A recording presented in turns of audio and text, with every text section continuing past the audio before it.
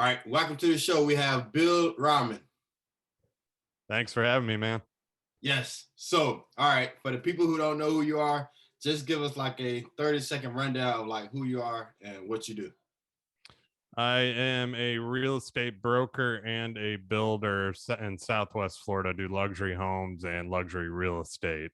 Pretty much the breakdown of it. Grew up in the business since I was a little kid, so know it like the back of my hand. And been doing real estate. I think now I'm going on my 12th year real estate, and then construction. I've been in it my whole entire life since I was a little kid.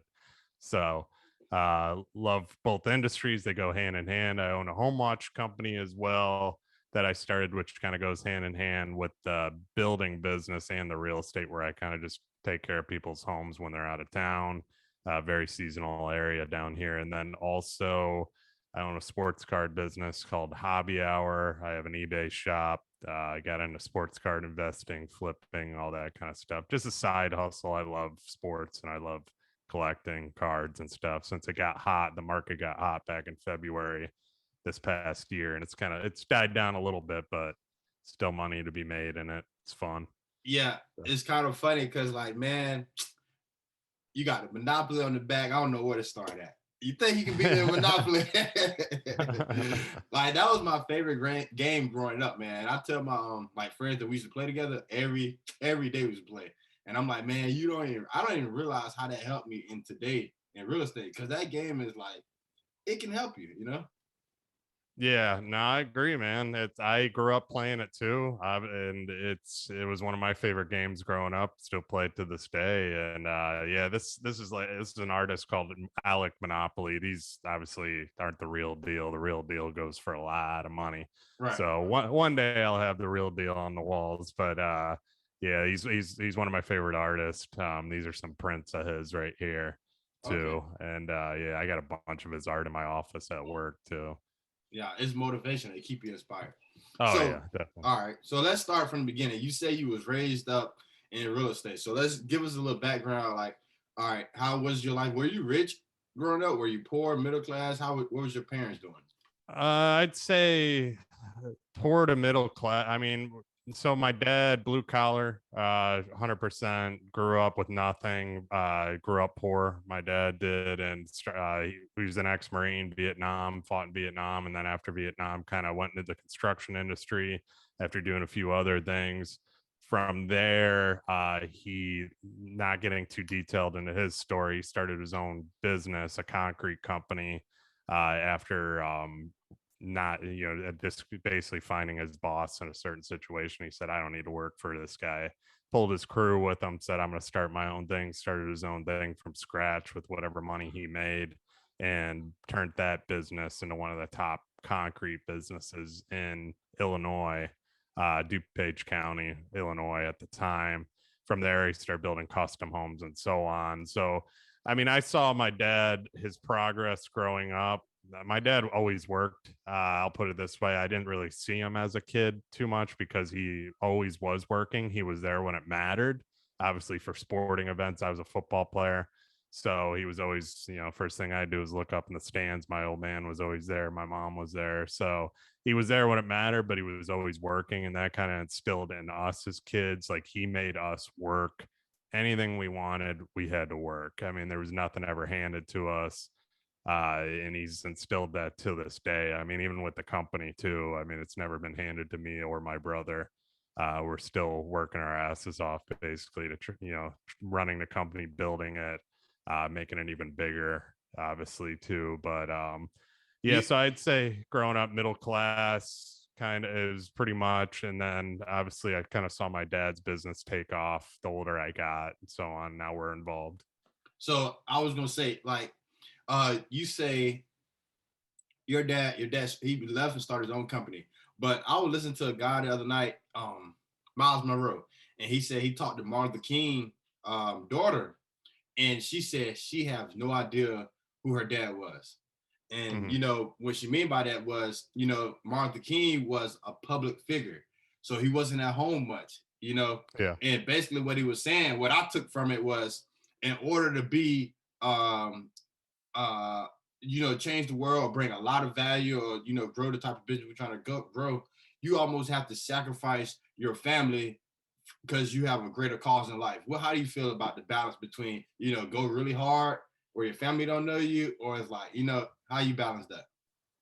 I So if with me, I have no regret towards what my dad did growing up, man. I mean, like I said, he was there when it mattered. That's what mattered to me, was sporting events. As a kid, I mean, my mom took care of us, stuff like that. She helped my dad out too, but she was helping him out from home and stuff a lot of time. And if she had to go bring us to his shop, we would go there. And I remember playing with my brother and sister around in his shop, crawling and track, bobcat tires, stuff like that. But I have no regret I'd probably raise my kids the same way, because it instilled in me that same work ethic, seeing him work and how hard he had to work and how hard he always talked about, or how much he always talked about the hard work that he put in. It kind of made us appreciate it, and obviously know that we have to do the same thing, and we were raised the same way. You know, I I mean, some people are like, "Oh yeah, your parents are never there, blah blah blah." But like I Right. said, my memories as a kid growing up were those main memories of like sporting events, stuff like that. At least he was there. He wasn't missing that because of work. He was in the stands at football games, stuff like that. That's what mattered to me. Right. But there's other people maybe have a different opinion on it. I'm probably going to be the same way as my dad. I'm a workaholic. I like to work. My fiance, she says, she sees it every night. She's fine with it. I found a good girl that respects that work ethic. No, that's what I I mean, think. That's what I think the balance is. Because even me and my wife, like, if I was single, probably, and just I would probably work 24/7, because mm, it's like I love what I do now. It's not like Monday morning I'm like, oh man. So yeah. it's like I think having other partner, it balances you out, because then, like, I don't know, maybe I can't talk about real estate all day. No, you got to have a supportive partner. I mean, I've been divorced, Right. so I didn't have a supportive partner on my ex, and I realized that too. Now I have somebody polar opposite that is supportive, knows that I like to work. Obviously, you have to give time to your. I mean, there's divide in everything, every relationship. You got kids. I don't have kids yet. Right. So, I mean, obviously, I got a little more time on my hands in that aspect of things too. Yeah. Uh, so I can't speak on that level yet. But Well, this is what I would say, because my son, he's only 3, so I would yeah, say, that, even like, because when I first had him, I was still a mailman. So the first year I had my son, the manager and supervisor, they were like, you just had your child, you got to buy Pampers, dude. You need to work, work, work, work, work. And me, I was like, nah, I just had a child. I don't want to miss every single thing because I'm working, working, working. So yeah, I was totally opposite. I'm like, no, I'm working just the minimum amount of hours, so I can maybe work smarter instead of harder. But you yeah. know, it's just, I don't think just working so many hours um gonna solve the issue. I'd rather be there and still make the same amount of money just working smarter. Yeah, no, I agree. And then you got to also have that support system too. I mean, that's what I learned after going through a divorce and stuff. If you don't have that support system, like since I've been with the girl I'm with now, my fiance, I mean, my income's gone even up, way up compared. Right. I mean, I've tripled, if not quadrupled my income being with somebody positive, good, that supports me too.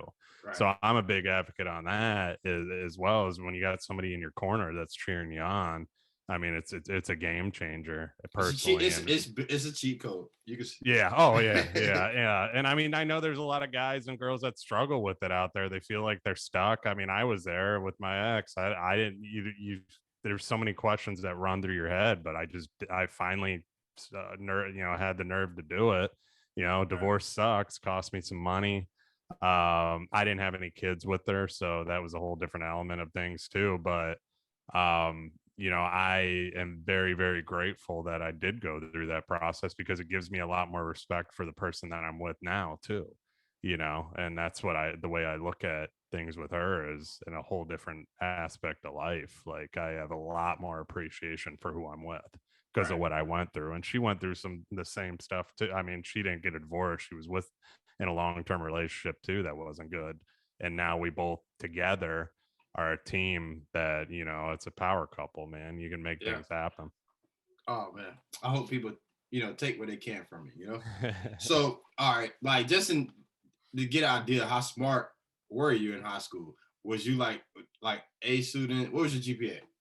I mean, I probably could have been pretty good, but I mean, I football took me to where I wanted to go. Let's put it that way. I mean, I probably had a 3.0 on average. I wasn't I mean, there were some classes I sucked at math. Let's put it that way, Right. but I was good in other departments too. I was in honors in some other departments and wasn't good in others. So, I mean, if I put full effort in, I probably could have been better, but Right. sports and girls were my main kind of thoughts back then. No, So no, no, no. I always ask that question because, like, on Dave Ramsey, they say the average millionaire GPA is like between a 2.5 and 3.0.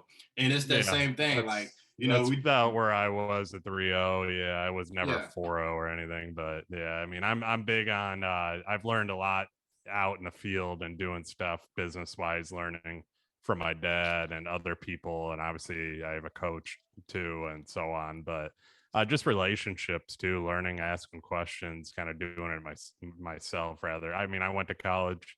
Uh, have I learned more outside of college? Probably. That benefits me in business, That just doing it that's myself. before we go there. I mean, because you know what, I was thinking about it. I had a basketball coach. We got coaches. Like, so you say you have a coach. Are you talking about like a business coach? Yeah, right now, yeah, I Oh do man, have. all right, all right. So how, like, because I was thinking about for next year, I'm Not so like, man, much I mean, not so much business, more he's more personal life. I growth. mean, I got business coach too. I have yeah, obviously my dad's been pretty good with that as far as asking business questions, stuff like that. But been blessed there. But he's taught me too with construction, just hands on, teaching my brother and me since we were little kids growing up in the business, doing all the odds and ends and kind of learning how to do it and going from there. But your personal coach. All right, how do you feel about that investment? Because like I was thinking about that. I'm like, maybe because they have all these different seminars, pay $3,000, $5,000 here, and I'm not really into that type of thing. But I'm like, if I could find a really successful person, like honestly, I'm just put the cat out of the bag, and I want to pay Brandon Turner to go spend a week with him with bigger pockets, Hmm. and that's Yeah, I something mean, I feel like I'll do. yeah, if you feel like you're gonna how do I feel on it? I mean, I've been a member of a group called the Arte Syndicate for like 4 years now. Andy Frisilla and Ed Milet run the group. That's kind of a bigger group, coaching type group. I've met them both, connected with them both, great people, very, very, very strong business minds, and I've implemented a ton of stuff. Very grateful for that group. Probably never leave it, and the connections in it alone were worth every penny of it. I'm just joined a group called Top Contractor School. The coach is Brian Hess. I connected with Brian through Arte Syndicate. He was on my podcast. Meshed really well. He's a very smart person. Shout out to him. But I clicked with him, and it felt like, all right, I'm going to make an investment there as well, and do about a weekly call with him, just kind of addressing not so much business stuff because he didn't think I needed help with my business as much Right. as maybe I do a ton of social media stuff and he does too, and he has a lot of ins and outs on that perspective of things. So I mean, it's just hitting all different aspects of life that you think you need help with, and that's Right. kind of what I sought out to figure out. Like, I had those coaches with Ed Milet, Andy Frisilla, I had my dad. I have a real estate broker I've been working under that's he's done it for 30 years. That helps me on that end of things. I have done business with a bunch of guys that are very, very successful too, and ask them a lot of questions. So I'm always kind of looking Well, to it make seems. those relationships. Yeah, yeah. So I think, well, from people listening, instead of just saying I'm gonna spend money on a stranger and get coaching, look for people who are you can feel like y'all got a connection, so the relationship is mutual. Maybe, you know. 100%. I mean, well, think about this, man. Everybody. So you got to be careful, first of all, when hiring a coach, because everybody's a damn coach right now. Right. No, They're yeah. all. And my opinion on hiring a good coach is you should have a successful multi-million dollar company if you're going to tell me what to do. I don't want some 21-year-old kid that's fresh out of college that decided to be a life coach coaching me on business, Oh, which for there's a sure. ton of them too, and they're taking pictures in front of their Lamborghinis and that they rented and saying, I, did this and that. You see those coaches all the time. Everybody's trying to be a coach. Let's put it that way. It was a cool thing to do or whatever.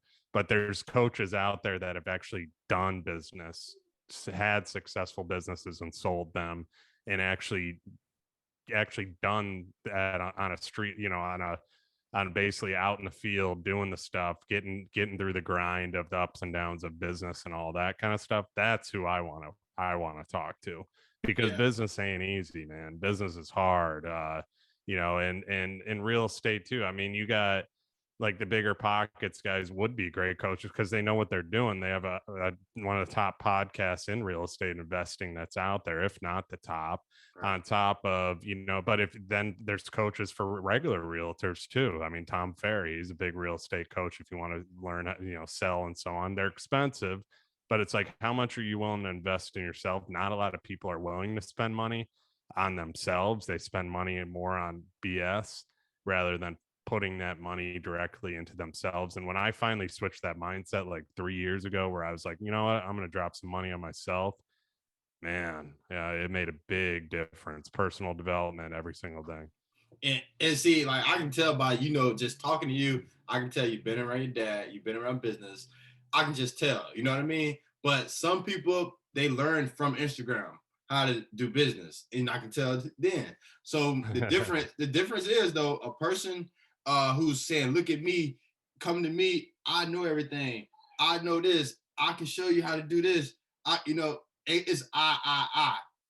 And that's the part, that's what's kind of messing up this day and time. This day and time, leaders they want the glory for it instead of this is what a real leader is, like say, how can I say it? Like say like you, for example, and I see you very passionate about your business. You told me already you got like 4 or 5 business.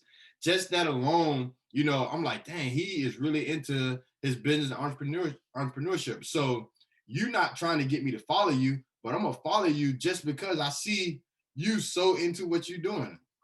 You get what I'm Yeah. saying? Yeah, no, I love what I do. That's the thing. I mean, and I'm passionate about it too. Obviously, I have a podcast too, and I give a lot of free information. I don't charge for anything, and that's what I've learned too. That's what attracted me to the coaches I have now.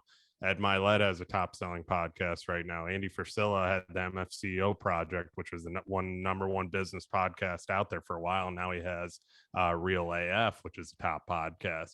But they gave all free info. They didn't ask for a dime.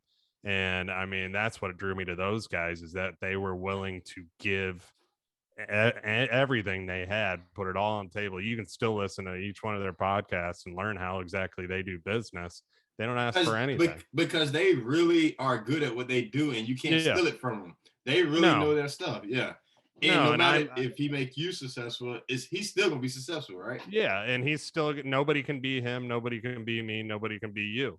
That's the thing. We are who we are, and I could give all the tips I want on how to build, how we operate our company and so on. People can take that, they could run with it, but they're not going to still operate or sell like I do. People buy from you, people buy from you because they like you. That's the difference maker. And it's just all how we operate business. There's not a second one of me out there. People can try and mimic me, but then they're not being themselves. Yeah. So I think that's too, like far as like growing up and just becoming the people we are. Like my thing was, I thought everybody could, like, if I know something and I tell somebody, everybody can do it. It's not mm, that. It's no. actually, like you said, it's actually you. Hmm. And I Yeah, didn't. I mean, you can tell somebody to do something all you want. It doesn't mean they're gonna do it. That's the thing. You can try and change somebody all you want. Doesn't mean they're gonna change. The only person that you can change is you. Yeah, I That's want it. everybody to be financial free. So I'll be like, listen, stop doing this, do this. But they got to make that choice to be financially free and listen to you and take your advice. That's the difference. And a lot of people, unfortunately, aren't willing to do that because we live in a society that they think that they can snap of fingers or money's going to come to them overnight. No, you got to put in the work. I'm big on hard work because that's the way I was raised too. Is every business takes a lot of work, and it's a lot of ups and downs and a lot of getting hit in the face constantly to have success. It doesn't happen overnight. I mean, my real estate career, it's taken me, like I said, 12 years to even get to where I am, where people are calling me to find them properties.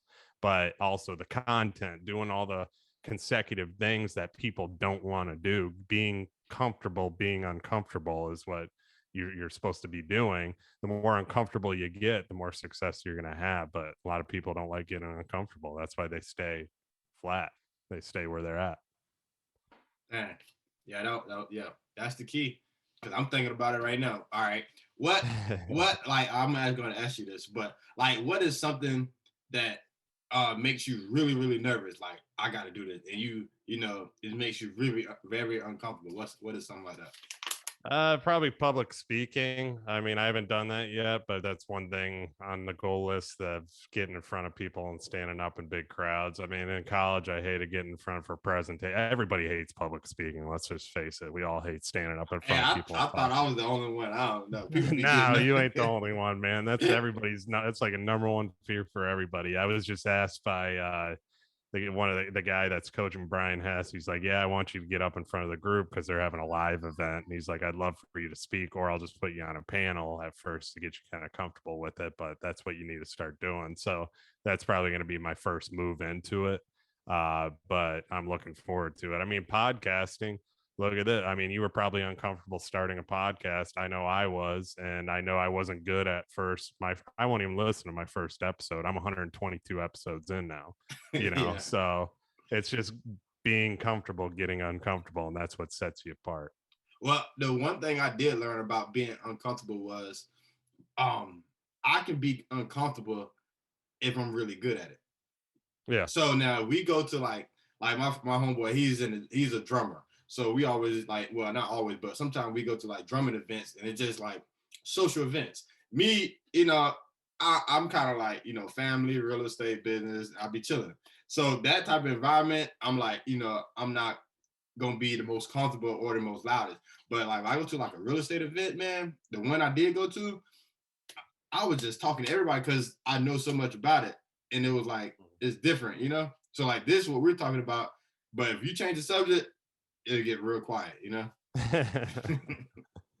I get it, man. And that's the thing, like with even public events too. It's like getting yourself out there and talking to people and speaking up and so on, and getting in front of people and meeting new people. That's how you grow. Network.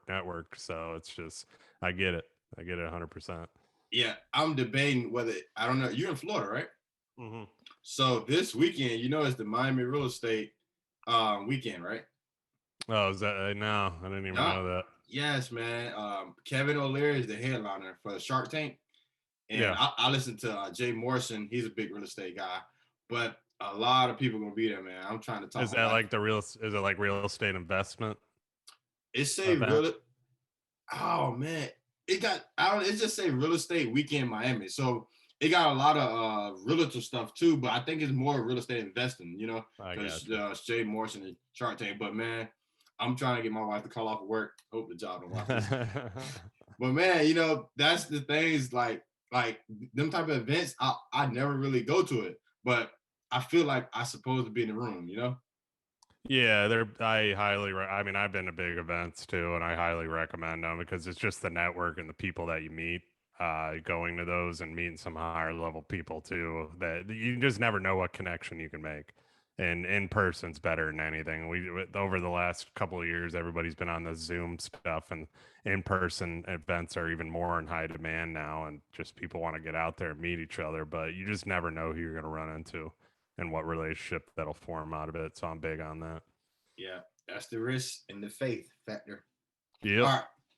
All right. So, all right. All right. What was your first real job making money? Were you just straight into real estate? Take us to your first real career job. Real job, not working for my dad, because I always was like a laborer for him, did all the odds and ends, digging ditches, doing all that stuff, but not actually working for him. What was my first job? Well, I I'm think I talking was, about where you're really making like a amount of money where you can say, okay, my life is starting to move. oh, Like, all right. Yeah, I was gonna say, yeah.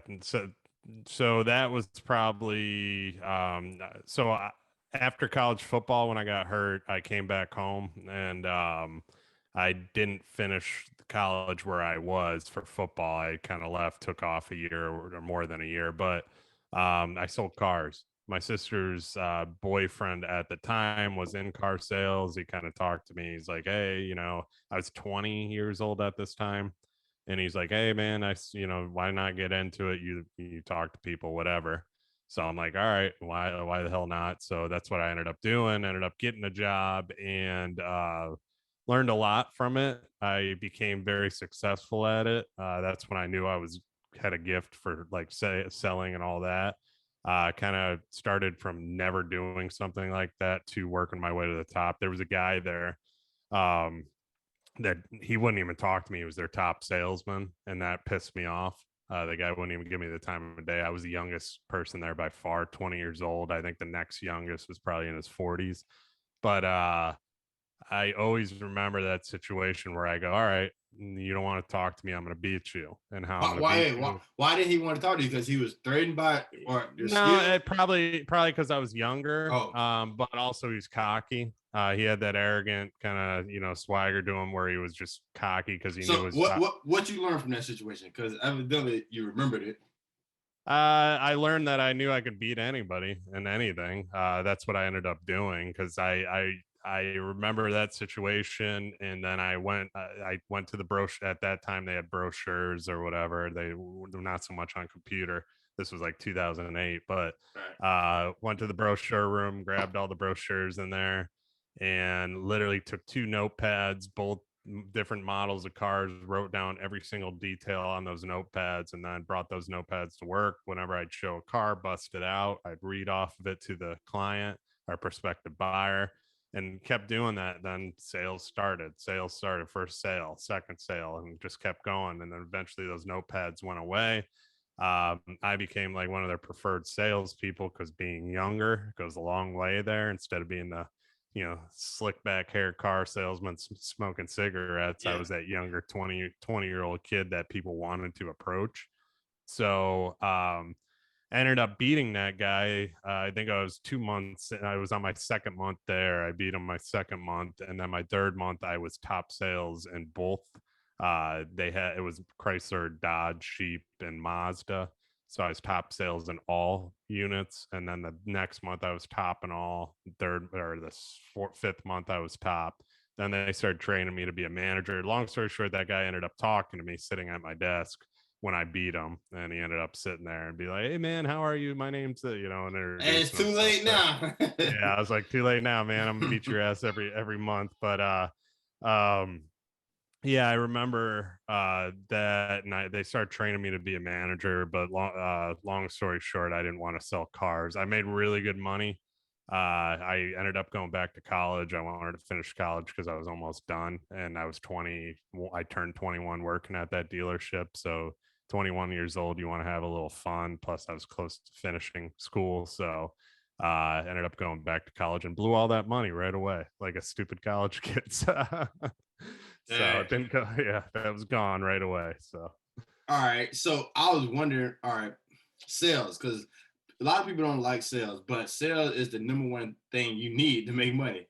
So what yeah. are some tips on, like, say somebody got a new business and they're selling a product or service? What are some tips to close the deal more often? You know what I mean? What are some sales tips to be a good salesman?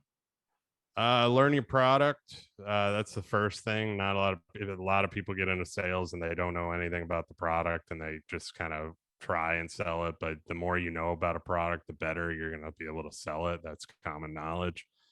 Second of all, have some personality. People like to deal with people with personalities. They don't like to talk to somebody that's mute and have no facial expression or anything. Right. So, and then also know your customers too. I mean, I've gotten really good at knowing people from different areas, kind of being able to pick up on their reactions and how they are and how they do business, because everybody's different. We're all built different. I like to be handled by salespeople differently too, just like you do as well when you're walking into a situation. So know how to handle people. I like when salespeople stand off and let me kind of do my thing and then get involved. So it's just Me too. Don't be too pushy. I mean, if I, let's say I was selling cars right now, I'd pick up on that read that you obviously don't like me being pushy. I'd kind of stand off. I'd ask you what you're looking for, how I can help you in any kind of way.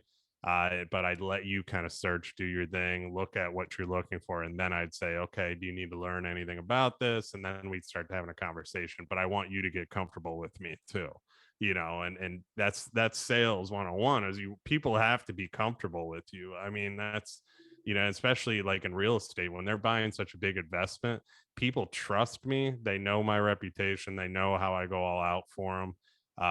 There's a lot of realtors out there that just don't do half anything. They just half-ass it, and they just have their hand out ready for commission. I kind of yeah, there's a lot of them. And I'm not that type. I mean, I'm the type, if I get a listing, I'm at every showing. That's the difference maker for me, is I'm going to actually learn the house, show the product, know the product, and then sell the product faster than anybody. So it's going above and beyond too. I'm a big advocate on that. And you got to put in the work, man. A lot of people just think money's going to come to them, but that's not how life works. So did your social circle change from the social circle you have now to the one you had, baby, before you got this deep in business? Was it like the same type of people, or did you switch crowds, you think? I still hang out with a lot of the same people that I did in like high school from like football stuff. I mean, not a lot of them are gone, but I still have a kind of a main core of friends. I have a good friend of mine that's working with me now too. He's our superintendent. So I mean, I'm a big believer too. Is my success? I want everybody around me to be successful too. Like you said yourself, you said that as well. But also, my social circle's grown since joining groups, stuff like that. I have friends in California now. I have friends in New York. I have friends all over the country that I can literally land on a plane and go hang out with. Just because I've broadened that with being involved with Arte Syndicate and stuff like that, and meeting new people and building those new relationships. So, answer your question, it's grown quite a bit. But well, I was saying more so with mindset though, like where the people, like, because it seemed like you have to feed off your friends, like your close circle, not the people far. But I was saying, close circle. Yeah, I mean, a lot of them are. There's a lot of. I have a core close circle, but I also have in that circle too. I placed a lot of successful people too. I'm a big advocate on, obviously, it is true. Whoever you surround yourself with the most is who you're going to be. But in the world we live in today with Instagram, social media, I mean, that's a big part of it too. right. I mean, whoever you're following and whoever you're seeing on a daily basis is probably who you're going to try and lean to become. And my feed's filled with people that are successful, that pushes me, so that's a big difference maker. So, all right, if like before you became successful in your business, what would your friends would have say? Bill is most likely to probably I don't know, probably have to be successful, because I've always been a hustler, man. I've always figured out how to make money.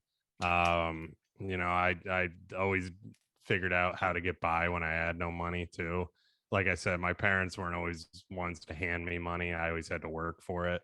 So I always figured things out, and they probably, yeah, to answer your question, they'd probably say somebody that's going to be successful, because they see my drive now, man. I'm like, they could have predicted this basically.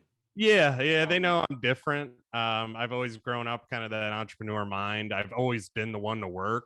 I always, even after like football practice, I always went to work, while a lot of people went to the beach and stuff like that and got the part. I mean, even in college, man, like, I did the fraternity thing, but I didn't go to a lot of the parties because I drove home to work. I'm about to change your name to Bill Reiman. Yeah. I mean, that's the way I was raised, man. I had my fun. Don't get me wrong, and I, don't regret anything. I've definitely had my fun over the years and stuff like that. But I was always kind of that one where, my dad's like, "All right, you're done with football practice on a Saturday. Time to come to work and make some money." You know, And I coach basketball for like 13 to 15-year-olds, right? And you know how you put your hands in, you break. I always teach my team, put your hand in, hard work, because I feel like, me, I was never the smartest student in my class. Never. I mean, never. So, but I always did extra credit, Yeah. So I'm gonna do all the homework. I know if like you just gotta do the homework, I'm gonna do the homework. You know what I mean? I might get a D or C on the test, but anything that's like free, I'm gonna do it, So I think hard work is one of the like that's like it's almost more important than being smart. Yeah. No, I'm 100% agree. I agree with you. Yeah. 100%, man. There's a lot of people that didn't have success in school that are very successful. So, I mean, it's there's no doubt about that. Right. All right. So all right, first real estate deal. Where was how'd you come in? Where were you at?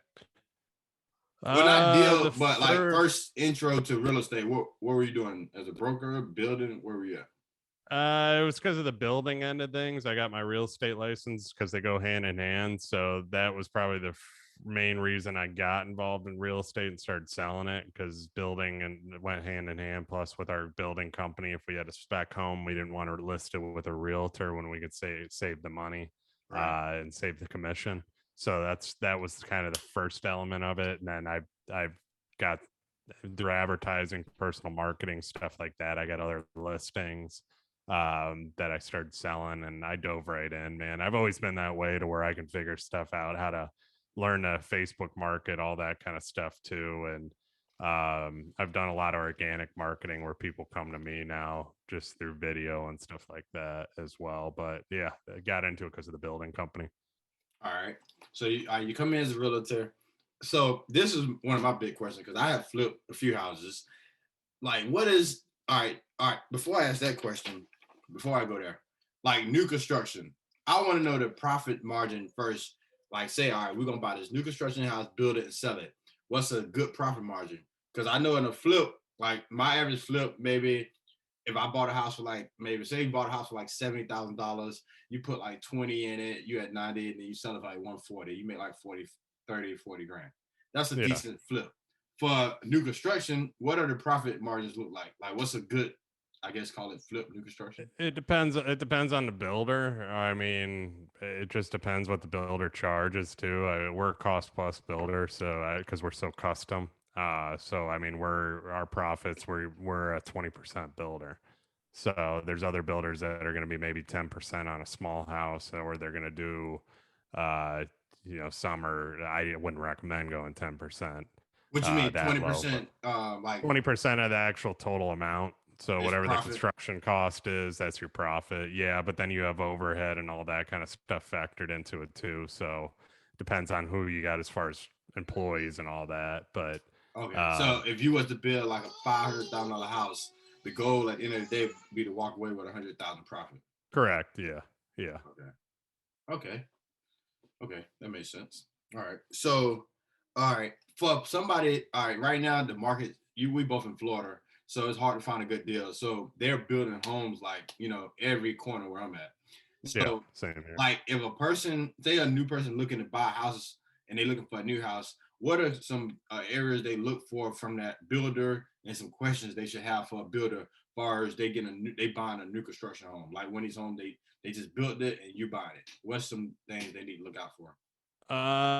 Experience is key. I mean, there's a lot of builders out there, a lot of subcontractors that started building houses. There's remodel guys that start building houses. I'm just big on experience, quality. Where are you getting materials, so on? What are you using? Go through one of their houses, actually see how they're doing it. Check out a house that's in the rough stage. When I say rough stage, that's lumber. All you're seeing is the studs in the walls and the electrical in the walls. See how they're doing things, what they're putting in them. Also, see a finished product, see how their finishing detail is. And, it's not all about price. There's a lot of people that are price driven, but the cheapest price isn't the best price, in my opinion. You get what you pay for. That's in all aspects of life. So, big advocate on that. And just most builders have reputations in areas, so ask around. Ask people that are just building houses, ask people how their experiences are. If you do get a builder or you're interviewing them, ask them for referrals, or not referrals, but contacts Re- that they've worked with in the Reviews. past. Okay. Yeah, just ask them for that. And usually, if people are asking me for two, I give them 10. So, it's just the builder should be confident. I mean, we've been around a long time. We know the product we deliver. Not everybody's going to like me. So, you don't like me, you can go with somebody else. That's fine.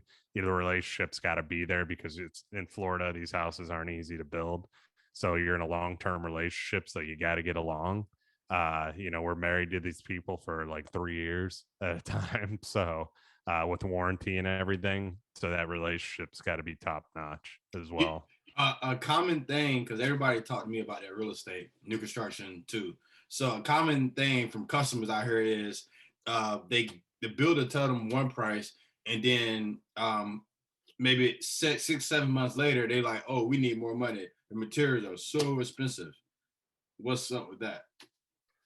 It now, I mean, yeah, because the way the inflation is and everything, builders are dealing with lumber skyrocketing, all that different stuff, but they should have that set in the beginning. I'm big on setting the expectation. I tell people prices could fluctuate, they could go up. We don't know. If you don't tell them that, then they're going to have an issue later. So the people you're talking about probably weren't told that.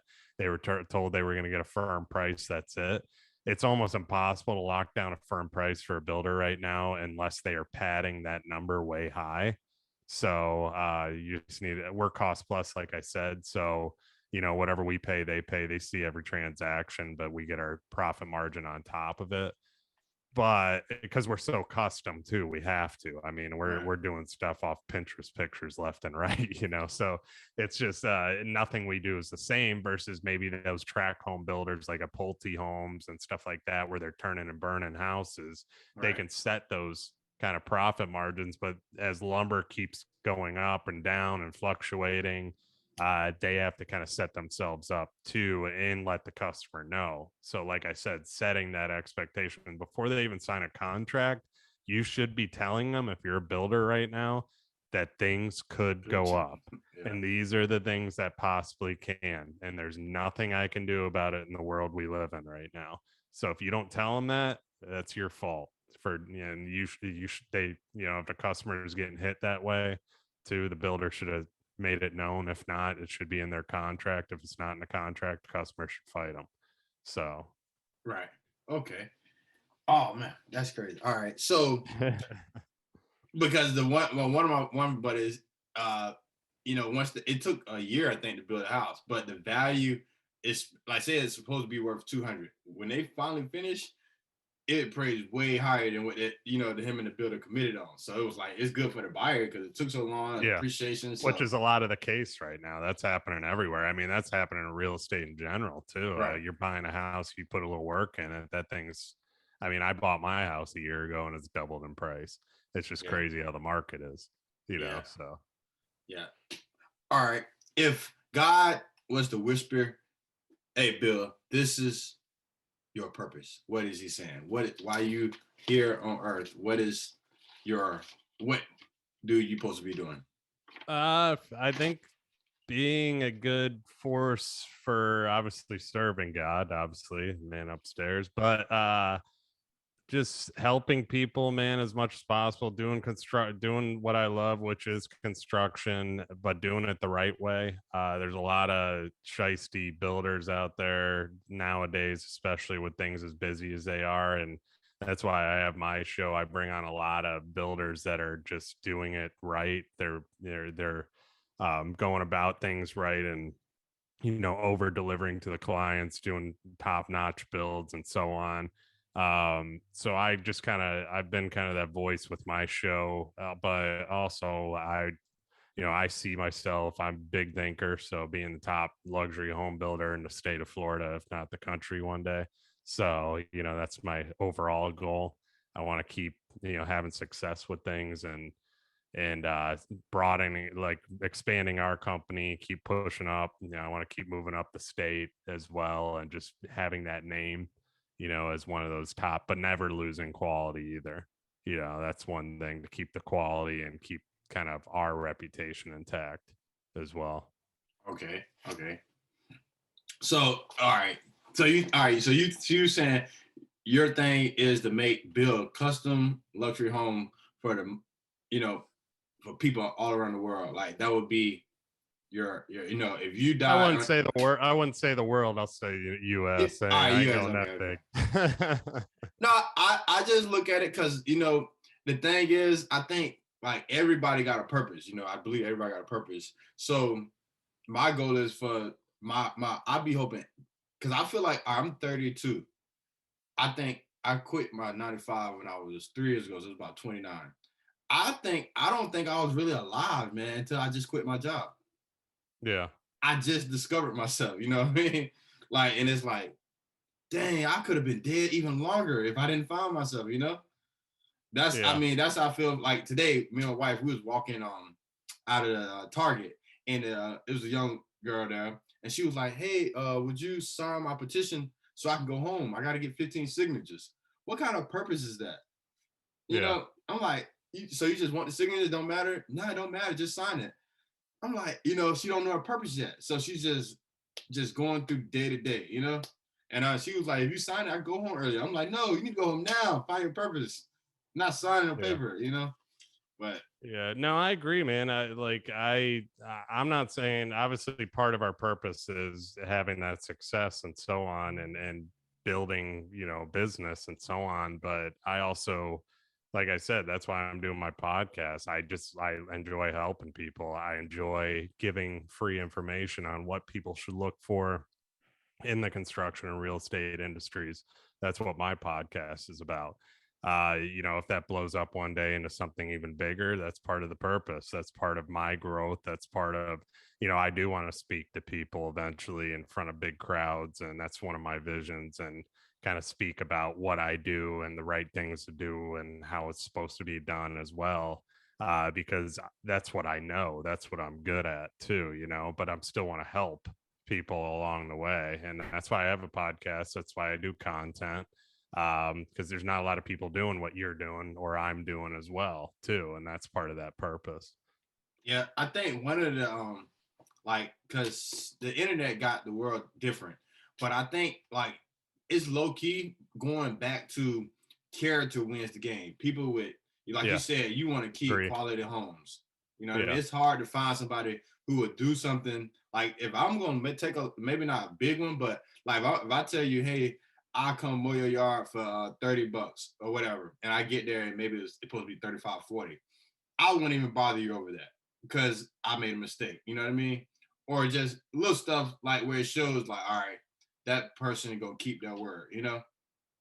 Yeah, and that's part of it. That's big, keeping your words big too, man, and not a lot of people are willing to do that as well. So yeah, but I think that's part of being successful too. Like if for people who got businesses or trying to start a business, like I tell like all my pretty much my close friends, we all pretty much think alike, but they all got jobs too. And I'm telling them like, man, you guys answer the phone. A lot of people don't even answer the phone, and it's like you're if you start a business, it will be successful because I know that character. I know they're gonna do the right thing. They're gonna answer the phone. They're gonna show up on time. a lot of people don't follow up, man. That's the thing. They don't follow up with people that want to do business with them, and they wonder why they're not getting any business done.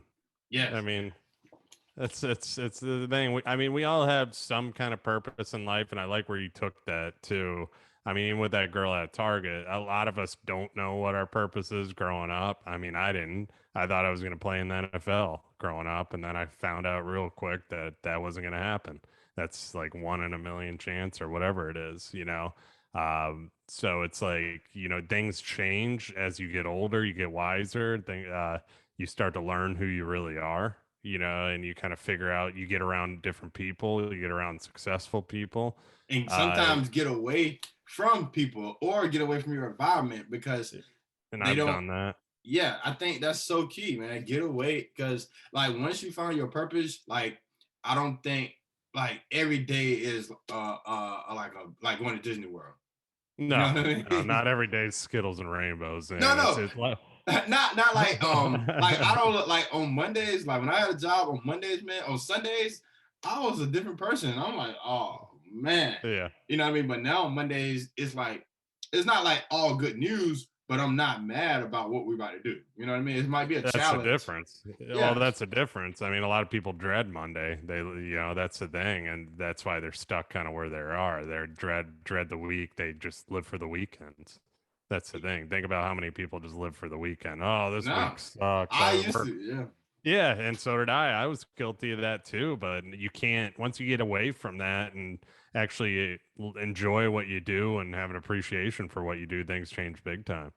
But there's a ton of people out there that live for the weekends. They live a mediocre life. They're okay with just enough to get by. That's it. Don't really care. Hey, good for you. If you're happy in that environment, good for you. I mean, that's you, but that's not me. That's not who I am. I want success. I wanna own a plane one day. I wanna have my own big boat, and I want to have the cars. That's just who I am. I want to have a big house on the beach. That's and I'm gonna do it. There's Right. not I wanna. It's when am I gonna have it? So that's the difference. Yeah. Hey, my aunts tell me all the time, George, you dream big. I'm like, Yeah, big good. Yeah. I yeah. mean, I'd say, yeah, I do, man, because all the stuff I'm dreaming is going to happen. That's law of attraction. I'm a big believer in that too. Every time I see a plane fly over me, a private plane, I say, thank you. That's what I say, because that's telling the world telling God that one day you're going to have that. Yeah. So Yeah. That's crazy. All right. If you had a loudspeaker to the whole world, what would, like, you could like give a message and everybody could hear it, like, what would you say? Like, you can, like, it don't have to be get just off your anything. ass and work. That's Get what we off your hey, ass and work. hey, that's what we need right now for real. Yeah, no, we do need that because a lot of people aren't willing to do it. I'm trying to hire somebody right now, and I can't find anybody that wants to work. So get off your ass and work. That's the only way you're going to have success. That's the only way you're going to make something out of yourself. Handouts, stuff like that ain't going to get you anywhere, and you ain't going to win the lotto anytime soon. So quit trying. Put in the work, put in the hard work, and just you know do what makes you happy too, man. There's so many opportunities out there in the world today that people just don't understand. Like everybody has. I mean, you can play. I was talking to somebody today. You can play a damn video game now. Growing up, we got yelled at for playing video games by our parents. You can play a damn video game now and make $1 million a month playing a damn video game. I mean, there's these streamers out there Yeah. having a good time, making jokes of themselves, but they're still having a good time, getting paid 150 $50. Thank you for your donation. Thank you for these guys are just making bank playing video games. So if there's something you love, don't give me any excuse to the listeners out there that you can't do something, because if you love something, you can make a business out of it. I got somebody that just was on my podcast, and he was worked for Hertz rental car. He went out, dropped his corporate job with Hertz, started making relationships. He was always a car advocate, and now he's selling luxury cars for $3 million plus. And now he's turning that luxury car business, he's turning it into a real estate business too. So he's selling luxury real estate. He's got a $12 million listing. He just sold a $3.5 million Ford GT. The guy is killing it. He's going to get into luxury watch sales too. So he started working at Hertz with nothing. Jeez. So there's always opportunity for everybody out there. I've had a lot of great people on my show too that came from nothing, found something that they loved and turned it into a business, and now they're all very successful. So it's all the work you want to put into whatever you enjoy doing. Get off your ass and work. That's my advice with the loudspeaker. Hey, I can see Donald Trump in the background. He's clapping for you, Bill. He's clapping for you. I tried to tell him go to work. All right. What's an extremely difficult obstacle you overcame, like a challenge you had to face and you was able to overcome What was it? I mean, I've been in jail. That was a challenge. I wrecked my truck, flipped it over, ended up going to jail over it. Didn't have a vehicle for a long time because of that. Had to take a bus from Tampa down to Naples area to work to help my dad at the time. And he's like, I need you this weekend. I said, well, how am I going to get down there? He goes, you got a thumb, figure it out. So meaning go hitchhike your way down. Ended up hopping on a Greyhound, and he picked me up at a Taco Bell, and then I put on a backpack that week and rode my bike to work with tools in the back of it. So you want to know, growing up hard and stuff like that, I've been there. And so I've had my challenges with that. I mean, not playing football anymore growing up was a sport I loved, and getting hurt and kind of having to drop doing that. That was a challenge. Like I said, been to jail. Not getting too into that detailed story, but that was a challenge, and kind of rising up from that, making stupid decisions. We've all been there, and kind of those decisions molded me into who I am. And actually, I was grateful that that happened because it changed a lot for me as well. So it's just, we've all had our kind of sticky situations, but it's just how you come out of them. I mean, a lot of people go back to doing the same stuff. I just made the choice not to, because I didn't want to go through any of that stuff again. Mm. What what do you think? Like, if you could like sum up your, how could I say it? Like your quote for life, like how you want to live your life. What's your motto? Uh, that's a tough one. Like something you I go by, like, like I feel like the older you get and the more successful you get and the more you learn about life, you start to realize, like, all right, this is where I'm supposed to be. Like, not too high, not too low. Yeah, I have a big vision of where I want to be, and I don't want to waste time. I don't want to waste that. There's just I through personal development stuff like that. There's a lot of time wasted in life, and times the most valuable thing we have. I mean, you blink and a year already went by. I mean, it's almost Christmas, man. It's Yeah. just crazy. It's like we're blinking and everything's flying by, and You, it's you know like, what? You know what I did? I think the time going by fast though, because you want so much, and it's like yeah, time is going against you, and that's how I be thinking too. But and then you got people who waste so much time, you know. well, that's the thing. I mean, a lot of people sit back and waste a lot of time doing stupid stuff where it's just like, they do the same routine every single night. They get home, kick their feet up, watch Netflix, whatever. More power to you if that's what you like to do. See, that's not how I'm programmed. I like to get stuff done. I like to edit. Get some edits done, do some content for the next day, list some sports cards, send them in for, send them in to get graded or whatever. That's just my side hustle when I got some free time. I don't like to waste it. Time is, and it sounds cliche, but time is money. I mean, the more time you're spending on yourself and trying to better yourself and better your family, the more money you're going to make, the better you're going to progress in life, and so on. And so, yeah, I mean, I'm big advocate on not wasting time, man, because it just flies by. It really does. Ed Yes. Milet said one thing that stuck with me, and this has been very impactful on my life. I actually said this to him in person. I said, when you said, it was in one of his videos, the rocking chair test, he called it, that one day, you're going to be an old person rocking in a chair, and somebody's going to come up to you and they're going to be like, did you really spend, time the way you wanted to spend it? And you're going to look back and you're going to be like, wow, did I either have that success? Did I do everything I needed to do? Because it goes by so fast. And he called it like the rocking chair test. You can watch one of his videos, it's in there. But it stuck with me so much because it's like we do blink and it's 5 years later. We do blink and you got kids and your kids are older. And it's like, what did you do, during that 5 years that made you better? Did you do the old same stuff that you're doing every single day, partying on the weekends, drinking, doing nothing with your life, or did you get better? And I'm a big believer in, and Ed Milet said this too. One day God's gonna ask us, all right, or he's gonna show us, this is who you could have been, this is who you ended up being. He's gonna show us the higher element of you, who he Wanted you to expected be you to become, and right. who you could have became. And I hope to be that guy when I show up in front of him and he's like, oh, you did good. You, you you know, know you know, my biggest thing was when I was a mailman. I was like, I used to get migraines when I come home, and my biggest thing was I think God was like, George, I gave you all these skills and talents, and I could have given it somebody else. Mm-hmm.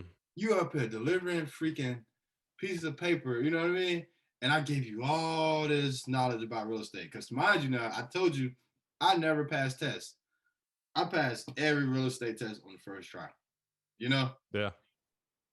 So it's Yeah. like, There you go. yeah. So it's like, man, you can't you don't want to disappoint him. If something constantly in your mind, like if you wake up and think about something every single day, you need to be doing that. You know what I mean? Just as point blank. I agree because it's a message to you, man. That's the thing. And a lot of people don't. They don't. They get that voice in their head and they constantly, or it's just the signs are there. You need to do it. You need to move on, but they won't because of comfort. They're stuck in comfort. Everybody's just, and that's majority of people in this world. The comfort gets them. And I mean, I'm not bad because I was involved with that too. But once I got out of that comfort zone and started doing new things and personal development, trying to get better, things changed dramatically for me. Well, this is the thing I'm gonna say, and then we're gonna move on to the final round. If a person tell you this business is a good idea, you should do it. Double check it. If God tell you this is a good business, you should do it. You better do it. 100%. All right. These are the last 5 questions. It's just first thing come to your mind. If you could spend a day with a mentor or somebody you admire, who would it be? And pick that brain and just get to know.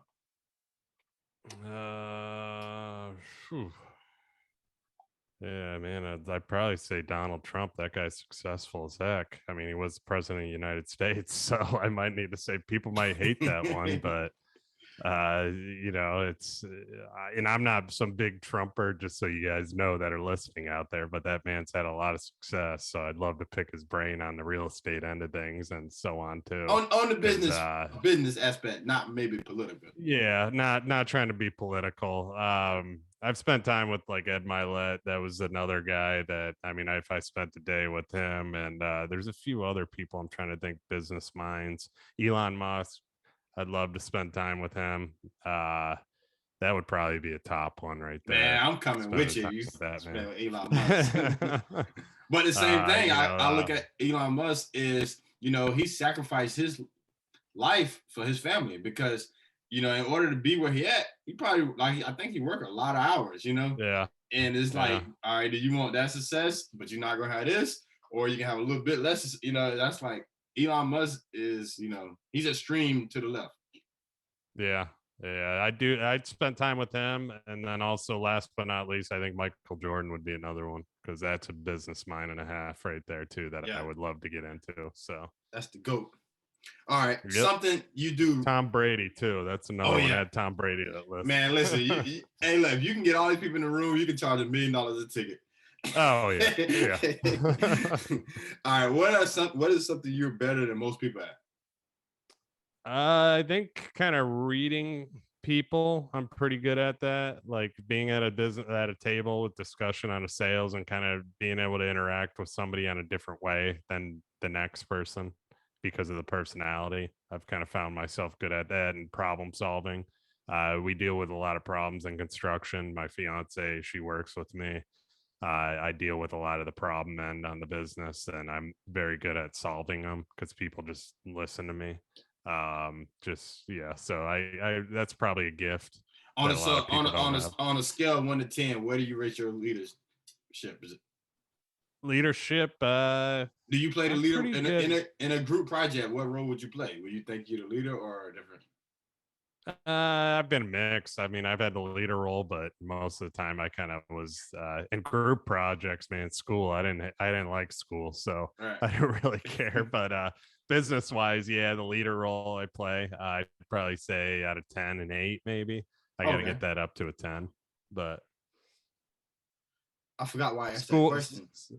Yeah, school. Oh no, you said something. You said you're best at, and what'd you say? You're better than most people at. Oh, reading people. Oh no, that's where I was going. Yeah, reading people. I never said this on air, so this is a exclusive, right? All right. Most of my a few of my properties that I have fixed up, like I'm telling my wife, like, I have to deal with so many personalities because a couple of my guys, the one dude, he was like, like he was real quiet, and I'm quiet too, so I don't mind. You do the work, whatever. So come to find out, I started talking to him. He was like, "Yeah, George, I spent this like the longest I ever been out in a row. Like I think he was out for like 5 years out of prison." I'm like, "What?" You know what I mean? So he's like, basically, he's been in prison more time than he's been on actual outside, the earth. On freedom. So I'm like, dang, man. So I'm like, that's crazy. So a lot of guys, like he was doing work up there, but I sent another guy up there to help him. And I know, like in like 10, 20 minutes, they get up there. They're like, hey man, George, I come up there with such weed, man. That dude crazy.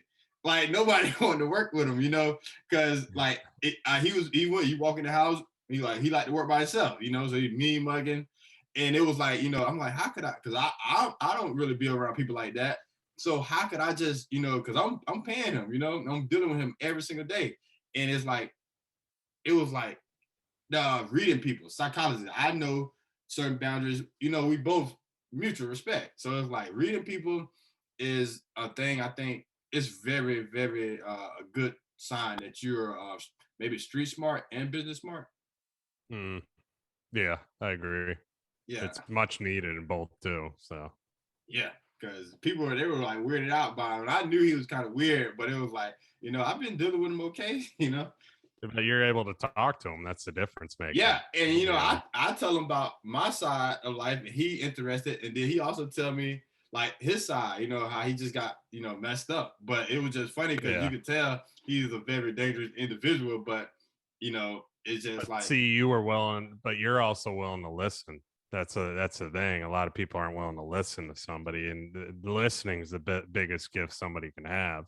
But not a lot of us are willing to listen. But if you're willing to listen to somebody, because a lot of people just want to be heard, that's a difference maker. Yeah, I'm not a talker. It probably took like a week before, or maybe a couple weeks. I didn't know none of this stuff until like, I started talking. I'm like, dang, man, you've been in prison more than like, oh my gosh, he was working in the house like 12, 1 o'clock in the morning with a light and stuff.